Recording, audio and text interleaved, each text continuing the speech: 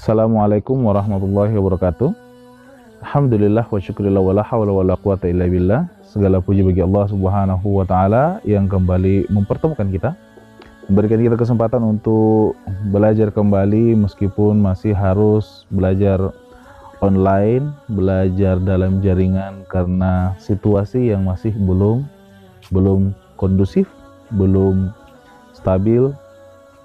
Tetapi jangan sampai situasi seperti ini mengurangi semangat kita untuk tetap menuntut ilmu, untuk mencari keridhaan dan rahmat Allah Subhanahu wa taala. Bagaimana kabarnya anak-anakku sekalian? Bapak harap semoga anak-anak sekalian tetap masih dalam kondisi yang baik, tetap masih dalam kondisi yang sehat, tetap masih dalam kondisi yang dilindungi dan dijaga oleh Allah Subhanahu wa taala. Pada pertemuan kali ini kita akan mempelajari kembali makna ihsan sebagaimana yang telah kita pelajari pada pertemuan sebelumnya yang tercantum dalam surah Al-Baqarah ayat 83. Baiklah anak-anakku sekalian, sebagaimana yang kita ketahui bahwa ada 3 landasan bagi kita dalam beragama. Jadi dalam menjalankan agama yang kita yakini ini ada 3 landasan. Yang pertama adalah iman, keyakinan, Islam, syariat. Tetapi ada juga yang satu, yaitu ihsan. Iman, Islam, dan ihsan. Yang jarang diketahui oleh orang itu adalah ihsan dan rukun ihsan. Apa itu ihsan dan apa itu rukun ihsan? Sebenarnya ihsan ini memegang peranan yang penting dan sangat berpengaruh pada kualitas keimanan kita dan sangat berpengaruh pada kualitas keislaman kita.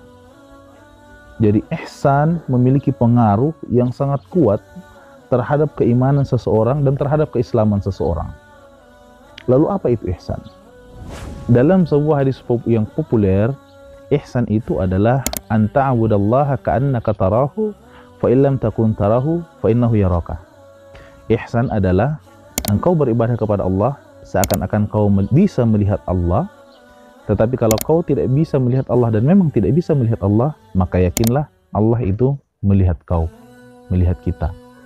Jadi kita beribadah kepada Allah seakan-akan kita melihat Allah, tetapi karena kita tidak bisa melihat Allah, maka kita harus yakin bahwa Allah melihat kita.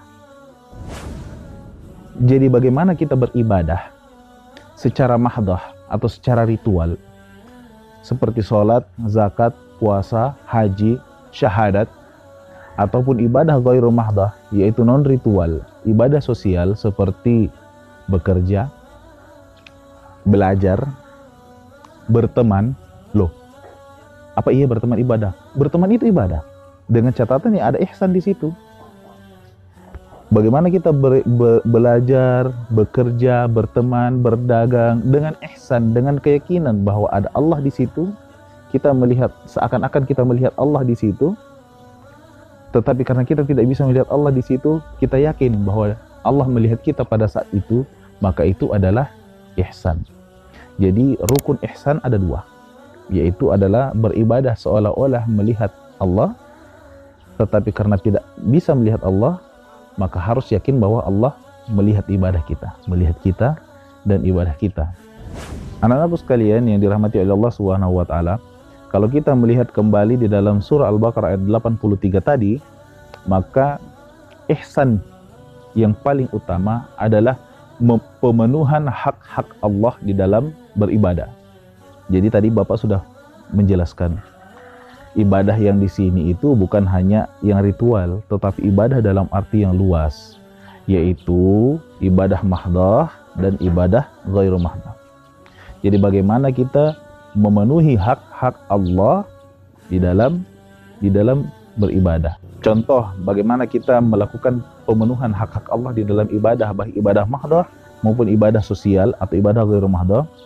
Anak-anakku bisa buka di halaman 110 di buku paketnya. Di situ ada hadis dari Rasulullah SAW tentang bagaimana cara menyembelih hewan yang benar. Adab untuk menyembelih hewan itu adalah dengan cara menajamkan pisau, diasah pisau setajam mungkin agar tidak menyakiti hewan yang disembelih. Dan yang kedua, jangan membuat hewan yang akan disembelih itu stres dengan memperlihatkan pada saat kita mengasah pisau. Ini adalah salah satu contoh ihsan dalam ibadah sosial. Menyembelih hewan untuk dikonsumsi diniatkan sebagai ihsan karena mengharap ridha Allah, itu pun akan mendapatkan pahala di sisi Allah Subhanahu wa taala dan akan dihitung sebagai ibadah.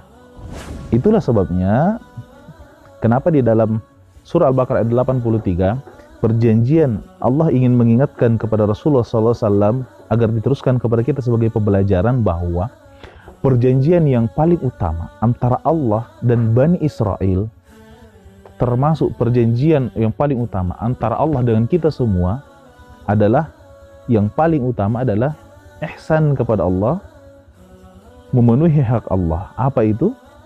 Yaitu anta'budallah, kita beribadah kepada Allah tanpa mempersekutukan Allah sama sekali. Ihsan kepada Allah adalah memenuhi hak Allah, dan hak Allah itu adalah kita beribadah kepada Allah tanpa mempersekutukan Allah, tanpa syirik kepada Allah, dengan keyakinan bahwa semua kekuatan, semua rahmat, semua rezeki hanya berasal dari Allah, tidak berasal dari pihak-pihak lain. Ada berapa macam ihsan? Kalau Anda sekalian bisa baca di bukunya, di situ dijelaskan ihsan itu ada dua macam. Yang pertama adalah ihsan kepada Allah dan ihsan kepada makhluk. Ihsan kepada Khalik dan ihsan kepada makhluk. Ihsan kepada Allah itu ada dua macam.